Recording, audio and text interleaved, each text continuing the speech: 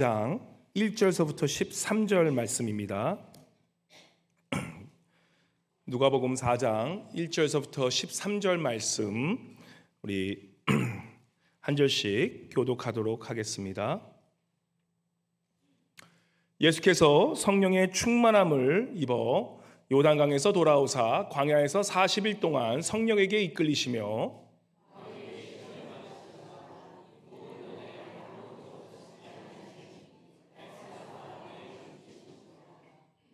마귀가 이르되 내가 만일 하나님의 아들이거든 이 돌들에게 명하여 떡이 되게 하라.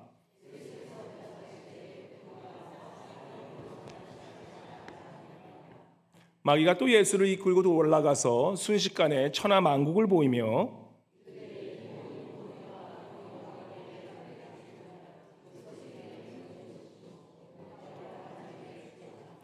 그러면 내가 만일 내게 절하면 다 내 것이 되리라.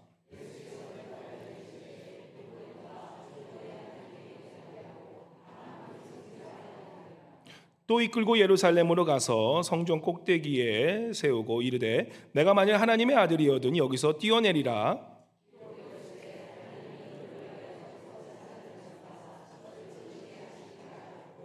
또한 그들이 손으로 너를 받들어 내 발이 돌에 부딪히지 않게 하시리라 하였느니라.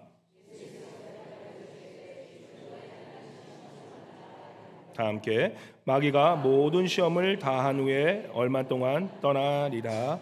아멘. 우리 임마누엘 성가대 나오셔서 주님께 찬양 올려드리겠습니다.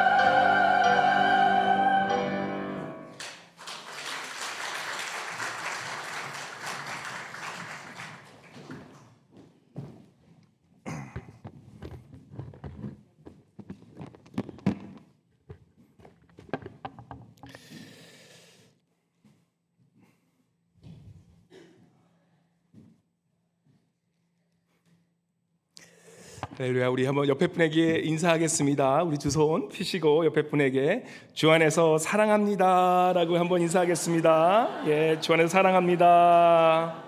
네. 예, 조금 부족한 느낌이 드네요. 우리 다시 한번 인사할까요? 뒤에 분에게도 우리 주 안에서 사랑합니다. 한번 인사하겠습니다. 주 안에서 사랑합니다. 제가 사실 지금 새벽 2시에 도착해가지고 약간 지금 좀 정신이 조금 시간차가 있고 해가지고 좀 오락가락하는데 아무튼 참 너무 좋습니다. 우리 또한 사랑하는 성도님들 만나서 이렇게 또 뵈니까 저만 얼굴이 좀 쾌쾌해지고 다들 얼굴들이 너무 좋으신 것 같으세요. 지금 그 동부에 그 아이들 학교 때문에 좀 비전 출입해주라고 갔다 왔는데 날씨가 너무 하필이면 갔을 때 저는 워싱턴 DC 여기를 처음 가봤는데 다들 하늘이 노랗고 막 먼지가 너무 많더라고요. 그래서 동부는 그냥 매연이 많아서 이렇게 참 날씨가 안 좋구나라고 했는데 나중에 돌아와서 보니까 캐나다에서 큰 산불이 나서 하여튼 거의 역사상 최대 그런 에어 폴루션, 아주 그냥 공기가 나빠져가지고 아주 동부에 있으신 분들은 지금 너무 고생하면서 마스크 다시 다 쓰고 다니고 지금 그렇고 좀 사시는데 알래스카 딱 오니까 2주 동안 아마 해는 그래도 안 떴다 하더라도 공기가 얼마나 좋은지요. 이게 제가 창문 열어놓고 딱 공기 맡으니까 정말 이게 숨을 쉴 수 있을 것 같은 그런 참 감사함이 느껴졌습니다. 그래서 우리가 알래스카 사는 게 이렇게 좋은 공기를 마실 수 있는 그게 축복이 얼마나 큰 축복인지 너무나 감사하고 또 감사합니다. 오늘 이 본문 말씀은 우리가 너무나 잘 아는 말씀입니다. 근데 이 하나님의 말씀은 참 감사한 게 우리가 연륜이 더욱더 쌓여지고 또 시간이 갈수록 하나님의 말씀이 내 삶에 적용되는 그런 부분이 다르기 때문에 오늘 이 세 가지 하나님 예수님께서 공생의 사역을 하시기 전에 마귀가 주었던 그 세 가지 한번 시험을 우리가 돌아보면서 사실 우리 신앙인들에게 겪는 그런 본질적인 정말 신앙의 본질이 무엇인가를 깨닫게 해준 중요한 말씀이기 때문에 오늘이 예수님이 지나신 이 세 가지 시험을 우리가 한번 배우면서 그리고 또 우리가 깨달으면서 우리 또한 정말 인생의 그런 시험을 이기고 본질적을 위해서 살아가는 그러한 저와 여러분 되시기를 바랍니다. 우리 4장 1절 말씀 우리 한번 같이 읽어볼까요? 4장 1절 말씀 우리 큰 소리 한번 읽어보겠습니다. 시작. 예수께서 성령의 충만함을 입어 요단강에서 돌아오사 광야에서 40일 동안 성령에게 이끌리시어. 네. 예수님께서 마귀에게 언제 시험을 받으십니까? 예수께서 성령의 충만함을 입어. 우리가 인생에 살아가면서 시험 받을 때가 언제입니까?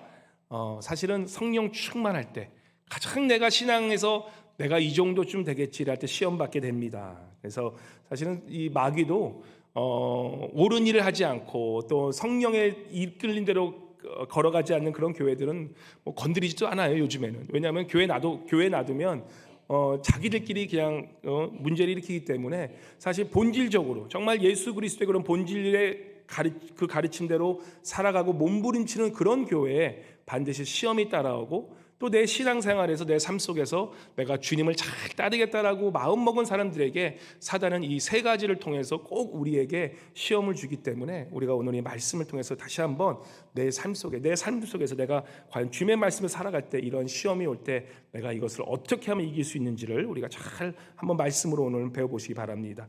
오늘 이 성령 충만할 때 지금 예수님께서 이 40일 동안 이제는 이 광야에 이끌리면서 성령에게 이끌리시는데 마귀가 이제 시험을 하게 됩니다. 그래서 그 첫 번째 그 시험이 무슨 시험이냐? 오늘 이 말씀에 보시면 이 3절에 보시면 이렇게 말씀합니다. 마귀가 이르되 내가 만일 하나님의 아들이거든 이 돌들에게 명하여 떡이 되게 하라. 떡이 되게 하라. 돌들에게 떡이 되게 하라라는 이런 뜻은 이미 알고 계시죠? 무슨 말씀일까요? 왜 돌들에게 마귀가 예수님께 떡이 되게 하겠습니까? 사실 40일에 지금 이제 이 금식 기도하시고 얼마나 배가 고프시겠어요. 그죠? 먹고 싶은 그런 욕구를 이제 주면서 이제는 이 모든 것을 그냥 배 채우는 것에 네가 그러면 한번 너의 능력을 한번 발휘해봐라고 그렇게 말씀으로 지금 다가가는 것입니다. 제가 뭐 여러 번 말씀드리지만 가장 좀 싫어하는, 목회자의 길을 걸었고 나서 좀 싫어하는 그런 말들 중에 하나가, 사실 성도님들이 이런 얘기하는 건 제가 이해를 해요. 근데 목회자들이 아이 목사님, 목사님끼리도 다 친해지면 우리가 뭐 별 얘기 다 하거든요. 이런 얘기를 해요. 목사님, 아유 다 뭐 먹고 살자고 하는 건데, 아 우리 먹고 살자고 뭐 우리도 목회하는 건데 뭐 그냥 대충 넘어갑시다. 저는 그런 얘기 들을 때 성도님들이 그런 얘기하면 당연히 뭐 그러려니 하고 넘어가지만, 목회자가 그런 얘기하면 화를 냅니다. 제가 자주 크게 화를 내요. 그렇기 때문에 오해받을 적도 있어요. 하지만 우리가 늘 기억해야 되는 것은 우리가 살아가는 것, 우리는 먹고 살기 위해 사는 사람들이 아니죠. 그죠? 우리는 뭡니까? 먹고 살기 위해 사는 것이 아니라 주님이 주신 사명대로 그 사명을 위해 먹고 사는 사람이라는 것을 늘 잊지 말아야 하는 것입니다. 이 사단의 가장 첫 번째 전략은 모든 것을 어떻게 합니까? 먹고 사는 생존 방식을, 네가 생존하기 위해선 모든 것이 다 해, 다 할 수 있어, 그렇게 늘 우리에게 유혹을 주는 것입니다. 그것이 목회자뿐만 아니라 장로님이나 집사님이나 아이고 뭐 먹고 살려고 교회 하는 건데 뭐 어때, 그렇게 늘 우리에게 시험으로 다가오게 되는 것입니다. 늘 우리에게 내가 너 이렇게 안 하면 너 살기 힘들어, 너 이렇게 안 하면 먹고 살기 힘들어, 이런 식으로 늘 우리에게 시험으로 다가온다라는 것입니다. 모든 것이 떡으로 먹고 살기 위한 방법으로 우리에게 유혹하는 것입니다. 여러분들 뭐 어르신들 얘기하다 보면 가장 많이 하는 얘기가 뭐 있습니까? 아유 은퇴자금 많이 마련해놨어? 그 돈 가지고 되겠어? 그 정도 가지고 뭐 어떻게 뭐 지금 뭐 잘 살 수 있겠어? 남들만큼 더 성공하고 더 잘 먹고 잘 살아야지. 늘 그런 방식으로 우리에게 마귀는, 특별히 뭐 마귀라고 할 수는 없지만 우리에게 늘 불안을 하게 하고, 또한 우리가 생존하기 어렵다는 그런 두려움으로 우리에게 다가오게 되는 것입니다. 사실 이 말씀, 똑같은 말씀을 가지고 제가 베트남에서 그 신학생들에게 말씀을 전했는데, 특별히 목회자들에게 가장 큰 시험, 가장 첫 번째 다가오는 시험이 바로 이 시험입니다. 그죠? 목회하면서 어려움이 있으면 너 먹고 살기 위해서 누구한테 잘 보여야 될 거 아니야. 먹고 살기 위해서 뭐 하나님이 뭐 떡 줄 거야? 그냥 어떻게든지 수단 방법을 가리자고 잘해야지. 그런 식으로 계속 유혹을 하는 것을 벌이는데, 우리가 특별히 믿는 우리들은 잊지 말아야 되는 것이 무엇이냐? 우리의 필요와 우리의 먹고 사는 것과 우리의 생존을 책임지시는 분이 바로 누구십니까? 바로 하나님이시라는 것을 우리가 늘 기억하고 살아야 된다는 것입니다. 참 감사한 게, 저도 이제 목회한 지가 한 17년째 들어가더라고요. 전도사 생활 시작한 지가, 그래서 목사한 지가. 근데 참 감사한 게, 목회 처음 시작할 때 제가 이제 간사로 치면 이제 30세 한 이제 30 초반쯤에 이제 했을 때, 그때 하나님께서 좀 큰 시험을 이기게 하신 적이 있으세요. 이제 목회를 시작하는데 내가 우리 가족들로 이거 어떻게 먹고 살리나?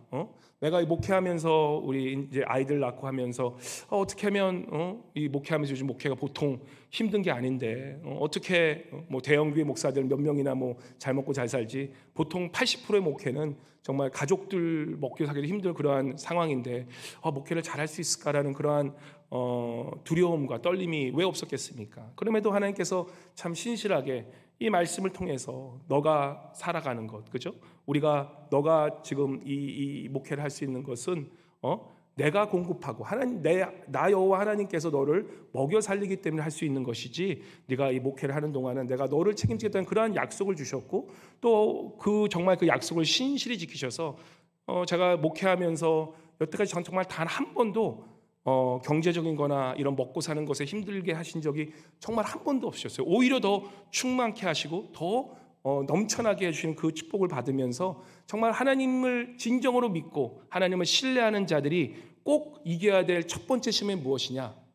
내 힘으로, 내 노력으로 먹고 사는 것이 아니라 여호와 하나님께서 나를 공급하시고 여호와 하나님께서 나를 책임져 주시고, 비록 내가 부족함이 있더라도 하나님께서 나의 가족과 나의 모든 생계를 책임지시는 그러한 믿음이 우리에게 꼭 필요한 것이고, 또 하나님께서 그 시험을 이기는 자들에게만 또한 하나님께서 그 축복을 베푸신다는 사실입니다. 그래서 우리 성도님들 살아가면서 얼마나 유혹이 많습니까? 요것만 내가 좀 더 잘하면 이거 내가 더 큰 돈 벌 수도 있고, 그죠? 내가 요것만 좀 더 잘하면 내가 좀 더 편안하게 살 수 있고, 그죠? 그러한 유혹이 있을 때마다 우리가 늘 기억해야 되는 것 무엇입니까? 그치, 나의 생명을 책임져 주시는 분, 나의 먹고 사는 것을 책임져 주시는 분, 그죠? 나의 생사화복을 책임져 주시는 분은 바로 여호와 하나님이시지. 바로 그 믿음, 그 시험을 이기는 자들에게 하나님께서 베푸시고 또한 풍성히 살아가시는 그런 축복을 주신 것을 믿으면서 오늘 우리 앉아 계신 우리 성도님들, 우리가 기억해야 되는 것, 그죠? 우리는 먹고 살기 위해 신앙생활하는 거 아닙니다. 우리는 목적을 가지고 하나님께서 주신 사명을 위해 살아가는 사람들이고, 또한 우리가 그러한 사명을 가지고 살아갈 때에 하나님께서 우리의 필요한 모든 것을 채워주시는 그런 것을 믿고 살아가시는 우리 성도님 모두 되시기를 주님의 이름으로 간절히 축원합니다. 두 번째 어떤 시험, 그 시험을 이기게 하시는 방법이 있는데, 이 시험마다 두 번째 시험을 주시는데, 이제 그 시험마다 하나님께서 그 시험을 이기시는 그런 방법을 주십니다. 근데 4장 이제 4절에 보시면 이렇게 말씀합니다. 예수께서 대답하시되 기록된 바 사람이 떡으로만 살 것이 아니라 하였느니라라고 그렇게 말씀합니다. 사실 이 본문 말씀이 똑같은 본문 말씀이 마태복음에도 나오고 마가복음에도 나오는데, 이 마태복음 4장 4절에 보면 이 말씀이 더욱더 클리어하게 나옵니다. 4장 4절에 보면 이렇게 나옵니다. 예수께서 이르시되 기록되었을 때 사람이 떡으로만 살 것이 아니요 하나님의 입으로 나오는 모든 말씀으로 살 것이다 라고 그렇게 말씀합니다. 그죠? 사람이 떡으로만 살 것이 아니요 하나님이 입으로 나오는 모든 말씀으로 살아간다라고 그렇게 이 주님께서는 그 시험을 이기십니다. 그러니까 사단이 아무리 우리에게 공격을 하더라도 우리는 떡으로 사는 사람이 아니라 하나님의 말씀으로 그러한 영적인 그러한 음식을 먹고 살아가는 사람인 것을 그 고백함으로 하나님 주님께서 이 시험을 이기시는데, 사실 이 말씀이 우리가 앵커리지에 살면은 조금 그냥 마음이 안 와닿아요. 근데 저는 이번에 사실 동부 고고, 그리고 제가 목요일쯤에 캘리포니아 와서 좀 입반하는 게 있어가지고 그래서 그 한 이틀 정도 있었는데, 밖에 나가 보니까 참 하나님의 말씀이 무너진 곳이 어떻게 변화하는지를 정말 너무나 몸으로 좀 이렇게 느끼며 그렇게 다가왔습니다. 아이들 통해서 이제 비전 출입을 통해서 갔는데, 하나님의 말씀, 이미 많은 도시들은요 이제 하나님의 말씀이 뭐 무너졌다 해도 과언이 아닙니다. 지금 뭐 우리 알래스카는 다행히 레드스테이트에서 아직까지 이런 크리스찬 이런 보수주의가 그래도 이 힘을 가지고 그래서 그렇게 정책을 하는데, 이미 이제 캘리포니아나 뭐 뉴욕이나 이런 보스턴이나 동부 지역의 많은 도시들은 다 이미 이제 블루 스테이트라 그러죠. 그래서 결국에는 이제 하나님의 말씀을 떠난 그러한 지도자들이 지금 이제 나라를 이제 다스리게 되는데, 참 이 가서 보면서 이 사람 이 가는 곳마다 뭐 특별히 레인보우 이 플렉, 요즘에 이제 6월 달은 이제 뭐 프라이드 먼스라 가지고 뭐 동성 그 주의 그거를 아주 그냥 너무 자신 있게 그렇게 하면서 가는 곳마다 다 그냥 레인보우 플렉이 다 지금 많이 물결을 치는 거예요. 뭐 시에 가도 그렇고 뭐 도시에 이런 들어가도 그렇고 또 뭐 시청에 가도 그렇고 다 전부는 이제는 동성연애하는 그것이 이제는 완전히 만연하게 돼 있고, 또 그것이 너무나 당연히 되어 있는 그러한 모습을 보면서 참 알래스카 사는 것이 참 감사한 것 중에 하나라는 것도 생각이 듭니다. 무슨 일이 있었냐면, 특별히 이제 캘리포니아 같은 경우는 이 소식을 들었는데 뉴스에서 그 글렌데일이라는 그런 학군이 있습니다. 글렌데일 학군인데 거기에 이 알미니안 분들이 많이 사세요. 근데 알미니안 분들이 굉장히 그 정통 그런 그 동방 크리스찬, 그러니까 우리가 이스턴 올타다스 처치해 가지고 이 굉장히 좀 보수적인 그러한 신앙관을 갖고 있는 사람들이 많이 사는 곳이 글렌데일이라는 도시인데, 그곳에서 4일 전인가 패싸움이 났어요. 패싸움이. 근데 패싸움이 엄청 크게 나가지고 뭐 경찰들이 다 몰려들고 완전 뉴스가 크게 터졌는데, 그게 왜 터졌냐면 학부형들과 선생님들과 학교 스태프들 간의 싸움이었던 거예요. 뭐냐면 이 글렌델은 거의 이제 알미니안 분들, 한국 분들이 많이 사시는데 다 보수적인 그런 신앙을 갖고 있는 분들인데 거기에 나라에서 이 동성연애를 완전 의무화시킬 뿐만 아니라 아이들 유치원생 1학년, 2학년 아주 그냥 성에 아직 눈을 뜨지 않은 그런 아이들에게 그러한 남자가 여자가 하는 그런 것들을 이제 아예 그림 비주얼로 이렇게 비디오로 보게 하는 그런 것들을 했고 또 하고 있고 또 그렇게 안 하면 너희들을 학교에서 퇴학시킨다. 지금 그래가지고 학부형들이 자기들도 모르게 자기들도 사실 우리 앵커리지 같은 경우는 이거를 할 수 있는 만약에 그런 학교가 있으면 우리가 페런스가 원하지 않다 그러면 그걸 못 가르치게 돼 있는데 거기는 그런 의무화기 때문에 학교를 보내고 싶으면 그거를 꼭 볼 수밖에 없게 이미 법이 그렇게 만들어졌는데 그게 비단 캘리포니아가 아니라 이제는 동부의 많은 도시일 것이 이제는 의무화돼 버린 상태인 거예요. 그러니까 얼마나 황당합니까? 우리 아이들이 학교를 다니기 위해서는 그러한 의무적인 성교육을 받아야 되고 동성애 성교육을 받아야 되고 그것이 옳다라고 그것이 괜찮다라는 것을 가지고 살면은 결국에는 뭐 아이들의 교육이 어떻게 되겠어요? 그죠? 이 다양성이라는 그런 이름 아래 그죠? 하나님의 말씀을 떠난 그러한 이제는 도시들과 하나님의 말씀을 떠난 그런 사회가 어떻게 돼가는지 우리가 정말 제가 사실 눈을 이번에 가면서 정말 눈으로 이렇게 좀 많이 보고 오게 된 그런 계기가 있었습니다. 다양성이라는 건 좋습니다. 우리가 동성애 하시는 분들을 미워하고 싫어하고 핍박하는 것은 아니지만 그분을 품을 수 있는 것도 되지만 우리가 반드시 깨달아야 되는 것은 우리 자녀들에게 무엇이 옳고 그름을 가르쳐야 될 의미가 우리에게 있고 그것을 어떤 사람들도 자녀들에게 그것을 의무화시키면서 그것을 가르치게 되는 것을 우리가 막아야 될 책임이 우리에게 있다는 것입니다. 이게 잘 봐야 되는 것이 왜냐하면 하나님을 떠난 그 자리는 옳고 그름이 없게 됩니다. 확실한 진리가 떠나게 돼요. 확실한 진리가 떠나게 되면 다른 무엇인가가 자리 잡아서 우리의 사고와 우리의 정신과 우리의 모든 것을 지배하게 되는데 그것들이 지금 이 세상의 트렌드는 뭐냐? 바로 동성연애에 대한 그것이 이 모든 것을 잡고 가는 것을 우리가 알기 때문에 동성연애를 우리가 무슨 뭐 폄하하고 그런 것이 아니라 그들도 품지만 그들이 가르치는 그것이 얼마나 잘못된 것을 알고 깨닫고 지금 사회가 하나님을 말씀을 떠나 살아가는 사회가 지금 어떻게 변화하고 우리 자녀들이 어떤 세대에서 살아가는지 우리가 알고 있는 것이 너무나 중요하다는 것입니다. 그래서 많은 대도시에 가보잖아요. 정말 힘들게 사세요. 왜냐? 사실은 이런 동성연애라는 것이 뭐냐면 결국에는 그들이 지금 많은 도시의 그런 리더십을 차지했고 많은 법들을 그렇게 변화가는데 이 동성연애만 하는 것이 아니라 모든 우리가 살고 있었던 우리가 그 중요하게 생각하는 가치관을 다 깨어버리고 있는 지금 그러한 트렌드가 지금 도시에서 너무나 많이 저건 떠난 지 5년이 됐는데 너무나 많이 그것이 가속화된 것을 우리가 보게 됩니다. 무슨 얘기냐면 가족이라는 그런 개념이 다 깨져버리는 거예요. 가족? 남자와 남자가 살아도 괜찮지 무슨 뭐 남자 여자가 꼭 살아야 돼? 이런 것들을 아이들에게 가르치는 거예요.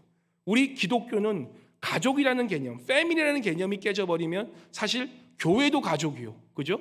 교회도 가족이요. 예수 그리스도는 모든 믿는 것이 가족이라는 개념인데 지금 이 동성연애를 이제 추구하는 이런 모든 사람들은 사실 그러한 가장 베이직한 가족의 개념을 깨어릴 뿐만 아니라 우리가 생각하고 있는 모든 옳고 그름을 다 그걸로 시작해서 깨어버리고 있기 때문에 LA 잠깐 동부도 그렇고 LA도 그렇고 이 범죄율이 지금 엄청 치닫고 있습니다.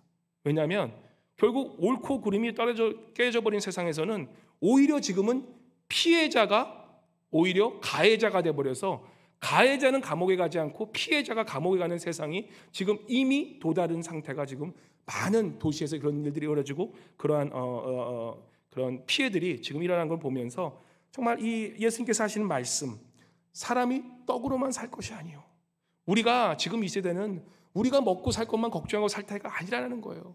사람은 뭐로 살아갑니까? 하나님의 말씀으로 살아간다는 걸 우리가 절실히 깨달아야 한다는 것입니다. 하나님의 말씀을 우리가 먹지 않고 하나님의 말씀을 떠나간 이 세상은 동성연애는 시작일 뿐이에요.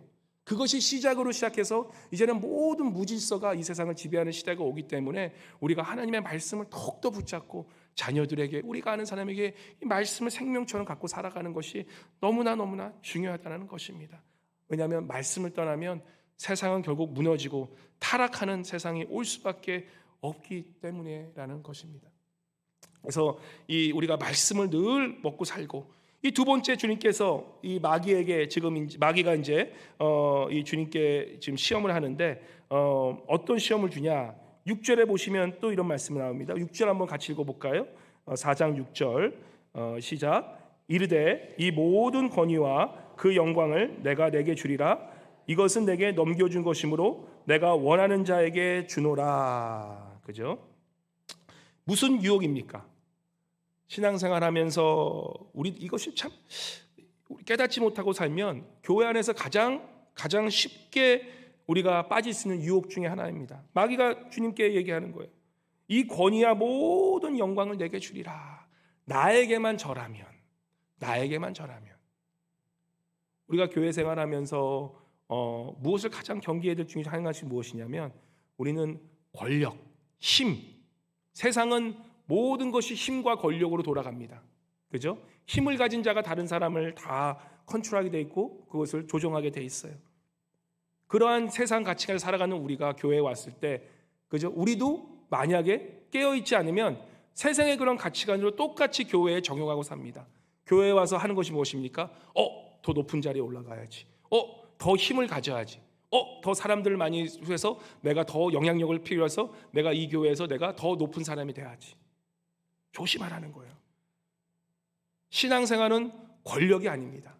신앙생활은 힘을 가지려고 하는 것이 아니에요. 예수님께 가장 주시는 그 시험이 뭐냐? 내가 너 모든 영광과 모든 권력을 너희가 줄 테니까 나에게만 절해. 진정한 신앙이라는 건 무엇입니까? 하나님의 형상대로 부름받는 우리는요, 권력을 가지고 더 높은 자리에 올라가서 군림하는 세상의 군림자의 그러한 목적이 아니라, 교회에 와서 우리가 배우고 교회가 교회다워지는 것은 무엇입니까? 우리 예수님께서 이 땅에 오신 이유는 하나님이 이 세상을 이처럼 사랑하사 독생자를 주신 것. 교회에서 우리가 가서 하는 것이 무엇입니까? 우리는 부름받은 우리의 목적은 뭡니까? 결국 다른 사람을 사랑하는 거예요. 사랑이라는 거예요. 사랑. 교회가 이걸 놓쳐버리면 교회는 힘을 발휘할 수가 없어요. 교회의 힘은 어디서 나오는가? 교회는 사랑할 때 힘이 생기는 거예요. 교회가 힘을 추구하면 교회는 사랑이 없어지고 세상 별로 있어도 필요 없는 그런 교회로 전락하게 되는 거예요. 우리가 늘 교회 와서 기억해야 하는 것은, 우리의 부르신 첫 번째 사명은 사랑의 자리로 초대받은 자리라는 것을 우리가 깨달아야 한다는 것입니다. 그래서 예수님께서 베드로에게, 그토록 사랑하는 베드로에게 뭐라고 하십니까? 베드로야, 내가 나를 사랑하느냐? 그렇다면 내 양들을 먹이라. 그죠? 교회의 본질은 그건 거예요. 목회자의 본질도 성도들을 사랑하고 주님을 사랑하는 것이고, 우리 장로님들, 권사님들의 본질도, 신앙생활의 본질도, 그죠? 서로 사랑해주고 서로 더욱더 사랑하는 것. 우리 집사님들, 교회 가족들이 와서 이 교회에서 해야 되는 것 단 한 가지가 있다면, 더 어떻게 내가 옆에 있는 분을 사랑할 수 있을까? 내가 어떻게 하면 더 이웃을 사랑할 수 있을까? 내가 어떻게 하면 더 우리 주님을 사랑하는데 이것을 더 내 삶 속에서 표현할 수 있을까? 이것을 고민하는 것이 참된 신앙의 본질이라는 것입니다. 더욱더 높은 자리에 올라가는 것이 아니라 더욱더 주님을 사랑하는 그 자리로 올라가는 것. 그것이 우리에게 주는, 마귀는 자꾸 우리에게 얘기하는 거예요. 야, 뭐 사랑 뭐 그렇게 딸 거 하니 뭐 하냐? 더 다른 사람보다 더 힘 세져서 다른 사람 어떻게 좀 세상 사람처럼 더 군림하고 조종하는 게 그게 더 쉽잖아. 아니라는 거예요. 우리가 늘 싸워야 되는 것 중에 하나는, 그러한 유혹이 있음에도 불구하고 더욱더 사랑함으로 더욱더 친밀해져서 그 관계 안에서 더욱더 사랑하려는 것. 그것이 우리의 이겨야 될 싸움 중에 하나라는 것입니다. 그래서 우리가 힘이 필요한 거예요. 미국의 다음 세대가 나와야 되는 것은, 사실 그러한 힘이 없어버리면 이 세상, 우리는 사랑하고 싶어도 사랑할 수가 없게 되는 거예요. 우리가 사실 세상 떠날 때 세 가지 질문이 우리에게 반드시 찾아올 겁니다. 첫 번째 질문이 무엇일까요? 나는 어떤 분에게 사랑받았나? 그게 우리에게 가장 절실한 질문이 될 겁니다. 나는 누구에게 사랑받고 있나? 그리고 또 다른 질문이 무엇입니까? 나는 과연 누구를 진정으로 사랑했나? 그리고 다른 질문이 무엇입니까? 내가 무슨 큰 업적, 큰 성취를 이룬 것 다 소용없어요. 다 소용없어요. 죽을 때 우리가 질문하는 것, 과연 내가 가장 사랑하는 사람에게 나의 사랑을 표현했나? 내가 그것을 후회할 수 없을 만큼 내가 과연 그 사랑을 내가 나타냈나? 바로 그것 질문을 우리가 하게 될 것이라는 사실입니다. 이번에 동부 쪽에서 이제 아이들 비전 출입을 좀 해주고 이제 어머님을 이제 그 어머님이 지금 그쪽 네바다 쪽 핸더스 쪽에 사시다가 저를 잠깐 보려고 한 이틀밖에 못 볼 시간이 없어서 하루도 남지 못하고 이렇게 잠깐 볼 시간이 없었어요.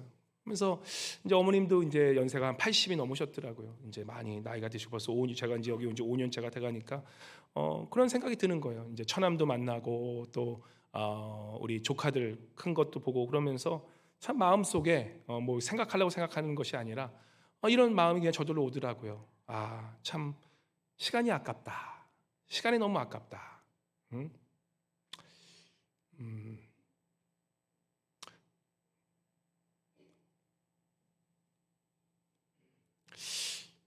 어머님이 80세 넘어가시는 그런 시간 동안 옆에 같이 못 있어주는 그 마음이 그게 너무 마음이 아프고 조카들이 다 커버렸더라고요. 그런 많은 시간 동안 내가 그들과 함께하지 못했다는 그것이 마음에 많이 아프더라고요. 마음에 많이 아프더라고. 그리고 또 우리 아이들을 보니까 이번에 동부에서 로드트립 해가지고 이제 학교 캠퍼스를 많이 돌아다녔는데 나도 모르게 아이가 벌써 뭐 키도 물론 몸도 컸지만 이 마음도 다 커버렸더라고요. 여기 와서 이 알래스카에서 많이 컸더라고요. 많이 컸는데 5년의 시간 동안 내가 아이들과 정말 이 정말 마음과 마음의 그런 영감 있는 그런 이 교류를 많이 했다고 생각했는데 그러지 못했구나라는 그런 생각이 너무나 많은 거예요. 목회하다고 바쁘다고 핑계 대면서 또 나 때문에 내 생활 때문에 바쁘다고 핑계 대면서 정말 아이들이 필요한 그러한 것들을 채워주지 못했다는 그런 마음 때문에 정말 마음이 정말 좀 아프고 좀 그렇더라고요. 물론 뭐 열심을 다했겠지만은 그래도 이 마음속에 항상 이 후회되는 것 중에 하나는 조금 더 시간이 있었으면 조금 더 사랑했다라고 얘기할 수 있었을 텐데 조금 더 같이 있었으면 내가 조금 더 사랑했다라고 더 표현할 수 있었을 텐데 그런 마음이 많이 들고 왔습니다. 이제 벌써 훌쩍 떠나버리면 아이들도 떠나버리면 이젠 그렇게 얘기할 시간도 없을 텐데 우리가 교회 생활하는 것 그죠? 지금 옆에 계신 성도님들 우리 뭐 가족들이야 다 떠나가 있고 그죠? 우리 뭐 앵커리지 같이 사신 분은 얼마나 복된 축복된 삶인지 그럼에도 불구하고 우리가 가장 가까이 있는 사람들 바로 내 옆에 있는 권사님 내 옆에 있는 사실 우리가 여기가 가족 식구인 거예요. 가장 가까운 식구들인 거예요. 매주 보고 정말로 우리가 매일마다 또 보고 언제든지 만날 수 있는 이러한 교회 식구가 있다라는 것 얼마나 감사한지 우리가 이러한 하나님께 주신 이러한 교회 가족들에게 내가 과연 얼마나 사랑을 표현하고 있는지 내가 과연 얼마나 사랑한다고 섬기고 있는지 시간이 가고 우리의 마지막 날이 돌아오면 그것 때문에 우리가 후회할 날이 온다라는 거예요. 비행기 타고 어제 오는데 그 한국 친척이 오신다는 분들이 못 오게 됐어요. 왜냐하면 그 둘째 조카 누나께서 한국에 계셨던 분인데 그 암 때문에 돌아가셨다고 그러더라고요. 그래도 암 때문에 한 5년 동안 투쟁하시다가 이제 투병 잘 하시다가 나올 줄 아셨는데 이제 60이 넘어가셔서 아마 그 유방암으로 그렇게 이제 좀 돌아가시게 됐는데 제 마음속에 참 마음이 안타까운 게 뭐 요즘에는 암 때문에 많이 또 회복돼서 잘 사시도 하시지만 그 누님한테 참 마음이 안타까운 게 옛날에 한국을 떠나오고 나서 거의 뭐 만난 적도 없고 또 저는 뭐 사촌이라는 것 하나 외에는 잘 알지도 못하는 그런 누님인데 불구하고 그냥 언뜻 생각이 드는 거예요. 다른 지금 친척분들은 다 이제 이번에 오른 치자는데 그 누님만 이제 못 오시게 되는 거예요. 근데 참 살아계셨을 때 그죠? 그냥 암 투병한다는 얘기는 듣고 그냥 목사니까 그냥 형식적으로 기도는 해드렸는데 내가 진정으로 그 누님한테 오랜 세월 동안 정말 누님 제가 사랑합니다라는 말을 한 번이라도 한 적이 있냐 생각했을 때 그런 적이 없더라고요. 마음이 너무 아팠어요. 마음이 아파. 그래서 참 이번에 그런 사촌들이 오시면 대신 그 누님한테 하지 못하는 것이라도 내가 대신 더 사랑한다고 얘기하겠다라는 그런 생각이 들었었습니다. 그래서 인생의 참 본질은 우리가 사랑이라는 것 잊지 마셔야 돼요. 마귀는 늘 세상의 권력, 세상의 돈을 더 추구하게 하지만 우리의 신앙생활이라는 것은 결국 주님께서 우리에게 바라시는 것은 내가 나를 사랑하느냐, 그렇다면 내 양을 먹이라. 우리가 서로 사랑하고 사랑받고 서로 사랑을 표현하고 주님의 사랑을 나누는 것, 그것이 우리의 인생의 본질임을 늘 잊지 말아야 된다는 것입니다. 목사님께서 그 은퇴한 목사님께서 쓰신 책이 있는데 얼마 전 제가 잠깐 그 책을 한번 읽게 되었어요. 그러고서 이제 그 사모에 대한, 이제 은퇴하신 목사님들이니까 그 사모에 대한 미안한 마음이, 사모님들에 대한 미안한 마음이 있으셨던 것 같아요. 그래서 특별히 지금 목회하는 그런 목사님들에게 이 사모에 대해 이렇게 좀 좋은 조언을 해주시는 말씀이 있는데, 이건 비단 목회자뿐만 아니라 우리 성도들 모두에게 적용이 되는 것 때문에 제가 잠깐 좀 나누겠습니다. 그래서 목회자들이 아내에게 가장 하는 비겁한, 참고로 우리 아내는 수요일 날 돌아옵니다. 이제 친정 식구도 좀 있는 바람에 친구가 좀 더 있기 위해서 저가 먼저 왔고 예배 때문에, 근데 다음 주 수요일 날 오는데, 이 목회자들이 아내에게 가장 하는 비겁한 짓이 뭐냐면 하나님의 이름을 동원하고 사역을 동원하고 교회 일이라고 얘기하면서 뭐든지 아내의 일방적인 희생을 요구하는 것, 그거 하지 말라는 거예요. 은퇴하신 목사님들 얘기해 주시는 거예요. 그것처럼 비겁하고 그것처럼 부끄러운 일이 없다라는 거예요. 부름받은 일이니까 무조건 아파도 시간 힘들어도 무조건 해, 무조건 따라와, 이러한 일방적인 그러한 희생을 요구하는 것, 그거는 하나님께서 기뻐하시지 않는 일이라는 거예요. 하나님께서 기뻐하시는, 특별히 우리 사랑하는 가족들 또는 아내들에게 할 수 있는 그것이 무엇이냐? 오히려 그런 얘기를 해주지 말고 그 사랑하는 아내의 작은 필요가 무엇인지, 오히려 그 필요를 채워주기 위해서 더 열심을 내라는 거예요. 무조건 우리 주님을 위해서 우리는 죽자, 주님을 위해서 무조건 하자라고 그런 얘기가 아니라 아내의 가장 작은 필요, 그러한 작은 것에 듣고 그런 필요를 위해서 오히려 더 열심을 내는 것, 그것이 진정으로 주님을 섬기는 것이요 하나님을 기쁘게 하니라는 것을 은퇴하신 목사님이 얘기해 주시는 거예요. 그래서 이렇게 말씀하시더라고요. 주님께 충성하다가 아내를 사랑하지 못하는 사람들은 부시지기로 봤지만 주 안에서 아내를 사랑하면서 주님께 충성하지 않는 사람은 단 한 번도 보지 못했다, 그렇게 말씀하시더라고요. 무슨 말씀입니까? 결국 우리가 주님을 섬긴다는 것은 내 옆에 사랑하는 아내분들도 똑같습니다.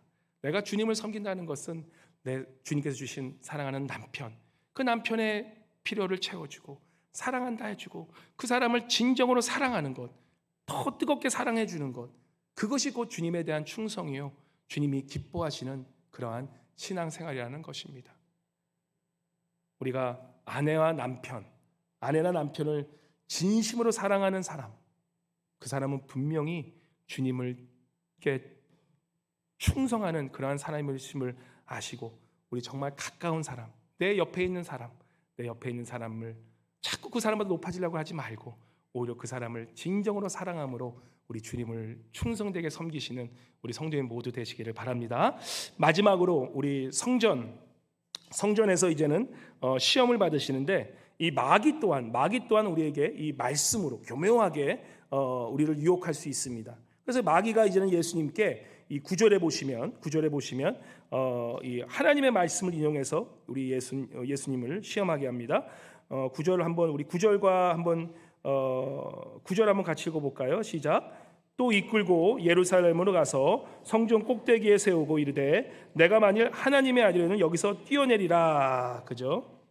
기록되었을 때 하나님이 너를 위해 그 사자를 명하사 너를 지키게 하시리라. 그러면서 또한 그들이 손으로 너를 받들어 내 발이 돌에 부딪히지 않게 하시리라.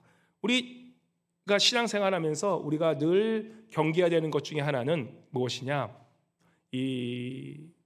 우리가 가진 능력, 우리가 가진 우리가 추구해야 될 것은 우리가 유명해지고 다른 사람보다 더 잘나 보이고 다른 사람보다 더 어떻게 보면은 내가 더 잘할 수 있어라는 것을 보여주는 것, 이것을 극도로 경계하라는 것입니다. 특별히 요즘 목회자도 그렇고 많은 사람들이 유튜브 어떻게 보면은 영향력 있고 유명해지는 것이 우리의 삶의 목적이 된 것이 얼마나 많습니까? 근데 진정한 목회, 진정한 신앙의 삶은 무엇이냐? 그죠?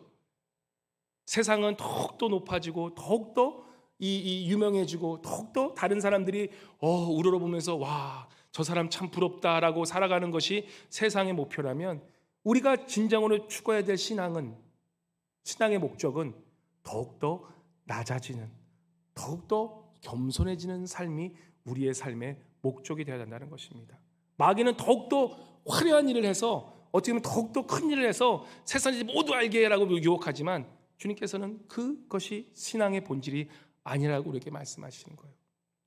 제가 20대 후반쯤에 그때는 이제 목회자가 되려는 그 생각도 안 하고 있었을 때 사실 저의 뇌리를 쳤던 그런 책 중에 하나 몇 번 말씀드렸지만 헨리 나우엔의 그리스도의 길, 세상의 길이라는 그런 책이었어요. 아주 얇은 책이었어요.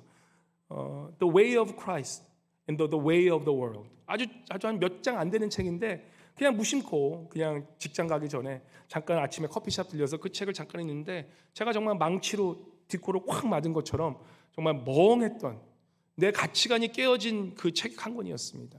그 책 한 권의 그것이 무엇이냐?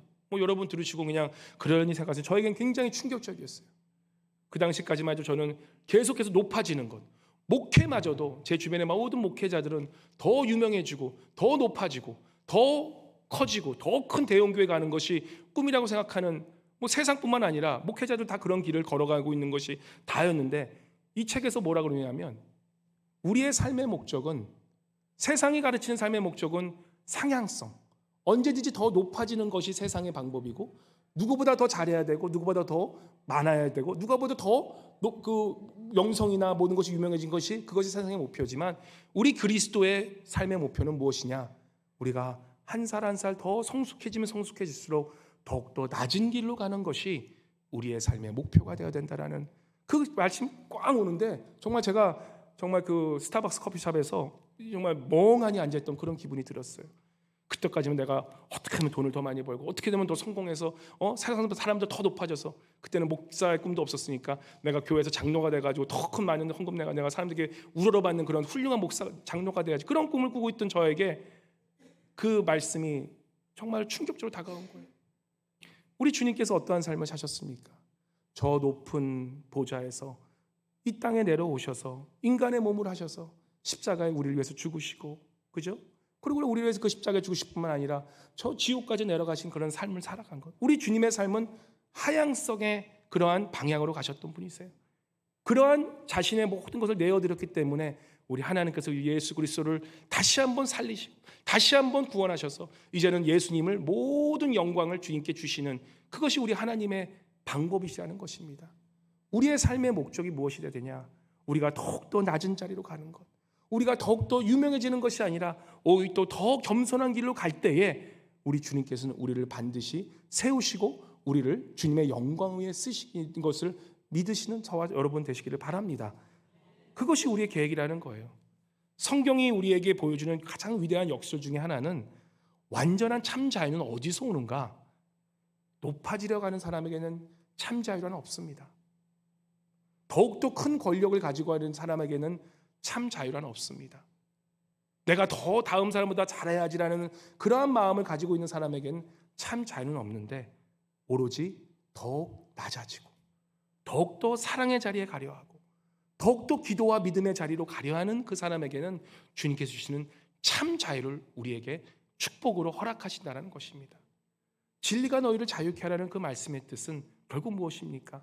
우리가 예수 그리스도를 믿고 주님이 사셨던 그 삶대로 살아갈 때에 그 주님이 사셨던 사랑의 삶, 주님이 사셨던 그 겸손의 삶, 주님이 사셨던 그 십자가의 삶을 살아갈 때 우리는 주 안에서 주시는 참 자유와 행복을 우리가 느낄 수 있다라는 것입니다. 그래서 복음은 높아지는 것이 아니라 늘 낮아지는 삶이에요. 우리 사랑하는 성도님, 우리의 신앙생활, 본질적인 신앙생활에 이러한 세 가지 유혹은 늘 있습니다. 먹고 살아야지, 먹고 살아야지, 먹고 살기 위해서 뭐든지 다 괜찮아. 아니라는 거예요. 우리는 우리의 먹고 사는 것을 책임지시는 분은 누구시라고요? 우리 주 하나님이시라는 거예요. 그래서 우리는 먹고 살기 위해 살아가는 사람들이 아니라 주님이 주신 사명대로 살아갈 때에 주님께서 우리에게 채우시는 것을 경험하고 사는 삶, 그것이 우리의 신앙생활이라는 것입니다. 세상에서 아무리 더 높은 자리에 올라가는 것이 성공이라고 얘기할 때 우리는 예수 그리스도가 우리에게 가르쳐 주신 단 한 가지, 사랑하는 자, 우리가 제자들이 사랑하는 것을 볼 때 결국 세상은 교회에서 소망을 보게 된다는 것입니다. 우리가 이 교회에 와서 우리가 해야 되는 것은 뭡니까? 더욱더 서로를 사랑하기 위해서 더욱더 섬겨주는 것, 그것이 결국 교회의 참 모습이요, 이 소망 없는 이 세상에서 정말 참된 소망의 빛을 보여줄 수 있는 그런 교회가 된다는 것입니다. 마지막으로 우리 성도님 여러분, 내가 더 높아지려는 저 높은 곳에 목표를 두셨다면 이제는 저 낮은 곳에 목표를 두시기 바랍니다. 저 십자가의 목표를 두시기 바랍니다. 그래서 우리가 주님의 십자가를 생각하며 늘 낮은 겸손한 자리로 갈 때에 바로 주님께서는 우리가 우리의 자신을 더욱더 낮은 자리로 갈 때에 주님께서는 우리를 위해 쓰게 하실 것이고 우리를 쓰실 것이요, 또한 주님께서는 우리를 그 영광의 자리로 주님께서 우리를 인도하신다라는 사실인 것입니다. 우리가 이 세상 살아가면서 이 세상은 정말 시험이 많습니다. 우리가 이것을 잊고 살아요, 늘. 그죠? 사랑해야 된다는 거 왜 모르겠습니까? 겸손해야 되는 거 왜 모르겠습니까? 기도하는 거, 믿음으로 살아야 되는 거 왜 모르겠습니까? 근데 늘 잊어버리는 거예요. 내가 인생 살아갈 때 가장 기억하는 것, 사랑. 그것을 놓치지 않고 살아가시기 바랍니다. 두 번째는 우리가 그렇게 이기기 위해서 늘 기도의 자리에 나가시고, 그죠? 늘 기도의 자리에 나가시고, 또한 시험에 들 수 있는 그런 기회와 장소를 거부하는 것 또한 우리가 세상을 이길 수 있는 이 지혜라는 것입니다. 너무 세상 사람들과 성공만 찾아내는 그런 사람들과 있다면 나도 모르게 너무나 돈 좋아하는 사람들이 있으면 결국 돈밖에 밝히지 않아요. 근데 우리가 늘 이렇게 믿음 상한 사람들끼리, 목장 식구들끼리, 사랑이 얼마나 중요한지 아는 사람들끼리 만나서 이렇게 교제하며 예배 드릴 수 있는 것, 이것이 얼마나 중요한 것인지요. 이 예배가 무너져 버리면 정말 세상에 이번에 간 것처럼 너무나 이 두려움들이 많아지는 거예요. 마지막으로 주님께서 이 유혹들을 어떻게 이기셨냐, 마태복음에 보면 그 말씀이 나옵니다. 마태복음 4장 6절에 보시면 사단은 우리에게 유혹 줄 때 자꾸 이렇게 유혹합니다. 내가 하나님의 아들이라면 이렇게 계속 유혹을 해요. 이게 무슨 말씀입니까? 우리가 이 세상의 유혹을 이기기 위해서는 늘 잊지 말아야 하는 것은 뭐냐면 내가 누구입니까? 하나님의 자녀임을 잊지 말고 살아야 된다는 것입니다. 마귀는 늘 우리에게 축석이에요. 야, 네가 뭐 그렇게 살아가는데, 야, 네가 뭐 그렇게 살아가면서 무슨 신앙이라고 그렇게 하냐? 그냥 대충 살아. 대충 세상 사람처럼 그냥 권력을 잡고 더 돈 추구하고, 그리고 또 그냥 하고 싶은 대로 그냥 먹고 사는 게 전부야. 그렇게 늘 우리에게 유혹하지만 우리가 늘 기억해야 되는 것은 예수 그리스도께서 우리를 위해 십자가에서 죽으시고 부활하시고 우리에게 자녀라는 권세를 주셨기 때문에 우리는 하나님의 자녀임을 늘 고백하고 사시기 바랍니다. 나는 한번 이렇게 따라해 보세요. 나는 세상의 자녀가 아니라 하나님의 자녀입니다 라고 한번 자신에게 한번 속삭여 주시기 바랍니다. 나는 세상의 자녀가 아니라 하나님의 자녀입니다. 아멘. 거룩한 하나님의 자녀로서 이 세상 살아갈 때에 가장 중요한 현실 때문에 맨날 무너지지 말고 기도와 믿음으로 살아가시고, 또한 정말 주님이 원하시는 사랑하는 자리에서 늘 서로를 사랑하시고, 또한 겸손한 자리로 더욱더 낮은 자리로 가심으로 정말 주님의 그 향기로움이 우리 여러분과 또한 저희 삶에 넘쳐나시기를 주님으로 간절히 축원합니다. 아멘. 사랑해 주님 감사합니다. 오늘 또한 말씀 통하여서 주님 저희의 삶을 돌아봅니다. 주님 내가 더욱더 정말 주님을 닮아가기 원하고 정말 주님이 가셨던 그 길을 닮아가기 원합니다. 주님 현실 세계에 무너져서 늘 먹고 사는 것에 지쳐 치여 사는 삶이 아니라 이제는 믿음으로 말씀으로 나아가서 이제는 그 말씀대로 붙잡고 살아가므로 하나님께서 우리에게 모든 것을 베푸시는 그 공급하신 하나님을 경험하고 사는 저희들 되게 도와 주시옵소서. 그리고 사랑하게 도와주시고 더욱더 주님의 사랑으로 이웃을 사랑하는 저희 되게 도와주실 뿐만 아니라 우리의 삶의 목표가 더욱더 겸손한 자리로 나아가 서로를 섬기며 나아가는 그러한 그리스도를 닮아가는 우리 모두 될 수 있도록 이 시간 함께하여 주시옵소서. 감사드리며 살아가신 우리 주 예수 그리스도의 이름으로 기도합니다. 아멘.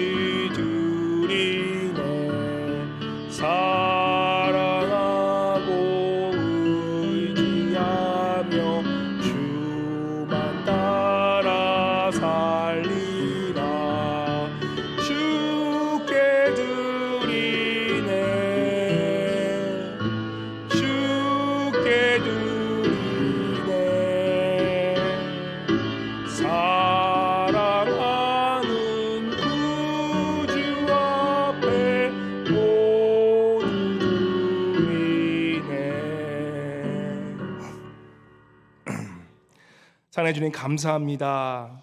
자격 없는 저희들에게 주님 자녀되는 그러한 귀한 은혜 허락하시고 또한 저희에게 매일마다 필요한 것으로 채워주시고 공급해 주신 하나님의 은혜 감사 또 감사합니다.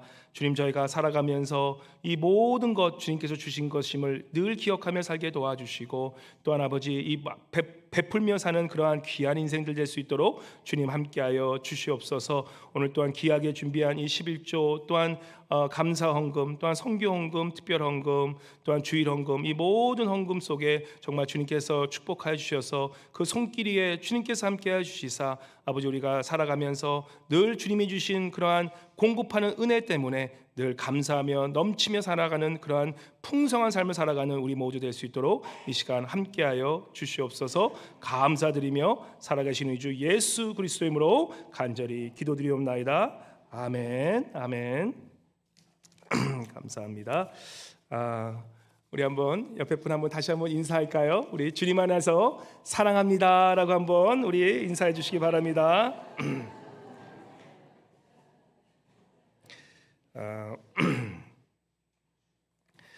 광고 하도록 하겠습니다.